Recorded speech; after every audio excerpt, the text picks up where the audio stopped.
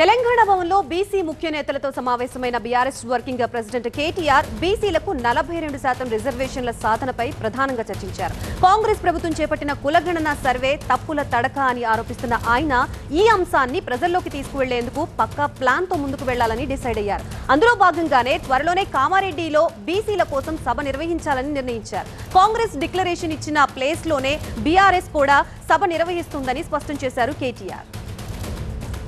సర్వేలో బీసీల జనాభాని 5.5% తగ్గించారని కాంగ్రెస్ ప్రభుత్వంపై ఆగ్రహం వ్యక్తం చేశారు కేటీఆర్. ప్రభుత్వం శాస్త్రీయంగా మళ్లీ రీసర్వే చేయాలని డిమాండ్ చేశారు. కామారెడ్డి బీసీ డిక్లరేషన్ సభలో ఇచ్చిన హామీలు ఏమయ్యాయని ఆయన ప్రశ్నించారు. బీసీలకు సీఎం రేవంత్ క్షమాపణలు చెప్పాలన్నారు కేటీఆర్.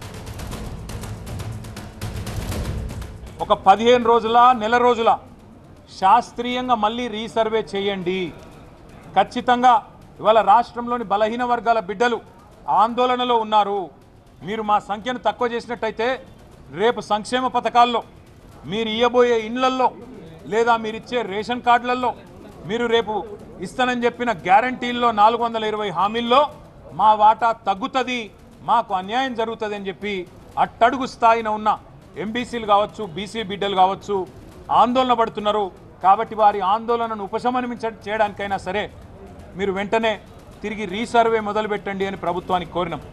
కానీ దున్నపోతు మీద వానబడ్డట్టు ప్రభుత్వం ఈరోజు వరకు స్పందించలేదు. స్పందించకపోగా ఇంకా సిగ్గు లేకుండా ఉల్టా చోర్ కొత్వాల్ కూడా అంటే అన్నట్టు అసలు ఆనాడు జరిగిన సమగ్ర కుటుంబ సర్వే మీదనే అనుమానాలు లేవనెత్తే విధంగా ఇవాళ కాంగ్రెస్ ప్రభుత్వంలోని కొంతమంది పెద్దలు సమగ్ర కుటుంబ సర్వేనే తప్పు అన్నట్టుగా మాట్లాడుతూ బీసీలను అవమానిస్తూ ఉన్నారు. ప్రస్తుతం ఈ అంశానికి సంబంధించి మనకి పూర్తి సమాచారం అందించడానికి మా ప్రతినిధి ఎలెందర్ సిద్ధంగా ఉన్నారు. ఎలెందర్, చెప్పండి, ప్రధానంగా కులగణన సర్వే రిలీజ్ చేసినప్పటి నుంచి కూడా కాంగ్రెస్ వైపు నుంచి బీఆర్ఎస్ ఎప్పుడూ అసంతృప్తిగా ఉన్న పరిస్థితి మనం చూసాము. ఇప్పుడు కూడా కేటీఆర్ పలు వ్యాఖ్యలు చేశారు. అసలు ఆయన యాక్షన్ ప్లాన్ ఏ విధంగా ఉండబోతోంది ఫ్యూచర్?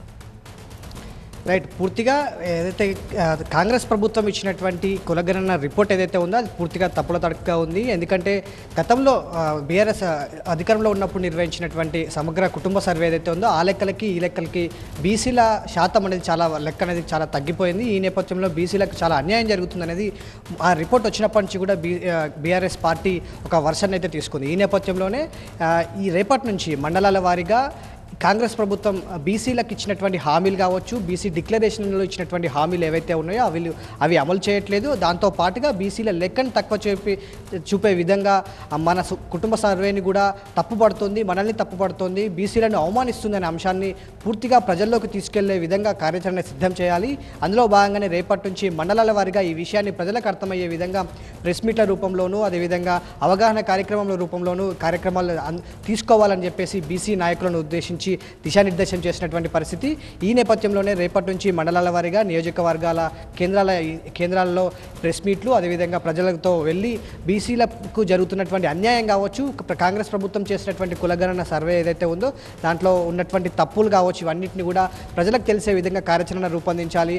ఆ విధంగా అడుగులు వేయాలని చెప్పేసి కార్యకర్తలకి ఇటు బీసీ నాయకులకు దిశానిర్దేశం చేశారు. అదేవిధంగా త్వరలో ఇప్పుడున్నటువంటి సిచ్యువేషన్లో గజ్వెల్లో ఒక సభను ఏర్పాటు చేయబోతోంది బీఆర్ఎస్. దాని తర్వాత కామారెడ్డిలో బీసీ డిక్లరేషన్కి సంబంధించి కాంగ్రెస్ ఇచ్చినటువంటి అంశాలు, కాంగ్రెస్ బీసీ డిక్లరేషన్ సభ ఎక్కడైతే నిర్వహించిందో కామారెడ్డిలో అక్కడే బీసీలకు సంబంధించి ఒక సభను నిర్వహించేందుకు ప్లాన్ చేస్తుంది. ఈ అంశానికి సంబంధించి ఇంకా డేట్ అయితే ఫిక్స్ కాలేదు.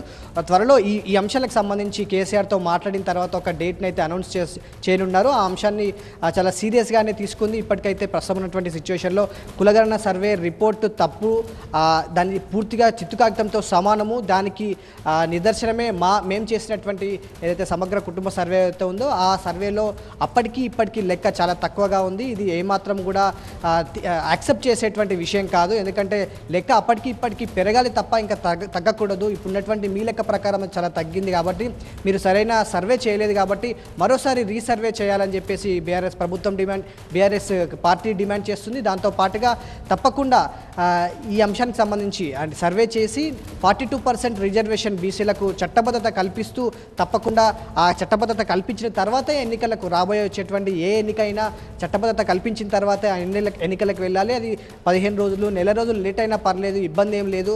సో బీసీలకు మాత్రం అన్యాయం చేయకూడదు అనేది బీఆర్ఎస్ ఒక వర్షన్ అయితే తీసుకుంది. ఈ నేపథ్యంలోనే రేపటి నుంచి కొన్ని కార్యక్రమాలు అయితే నిర్వహించబోతోంది.